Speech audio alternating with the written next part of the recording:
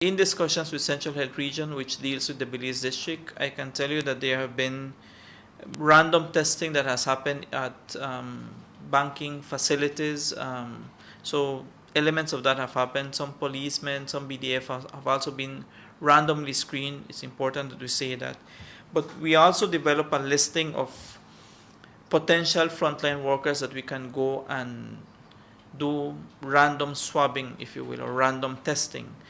Understand that we are not going to be testing everybody, but in our listing we have, for example, people from elderly homes, the caregivers of those people in elderly homes, Coast Guard, immigration, customs are in our list, healthcare workers, even if they are not ill, which will include nurses, doctors, pharmacists, lab technicians, bus operators, water taxi operators, tour guides.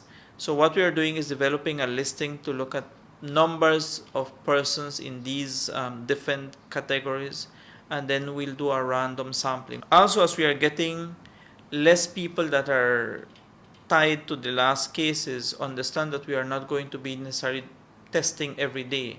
Why? Because we're going to be swabbing people across the country.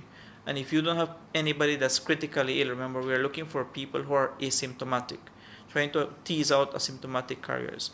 Then you won't necessarily have to rush all these samples to Belize City and run them through.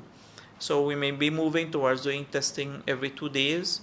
The lab has confirmed that they would be in a capacity to run 90 tests daily, at least for the next couple of weeks, to determine what our potential number is out there. We are looking at other testing possibilities, yes, eventually looking at the possibility of testing for antibodies, but we don't have an approved test as yet.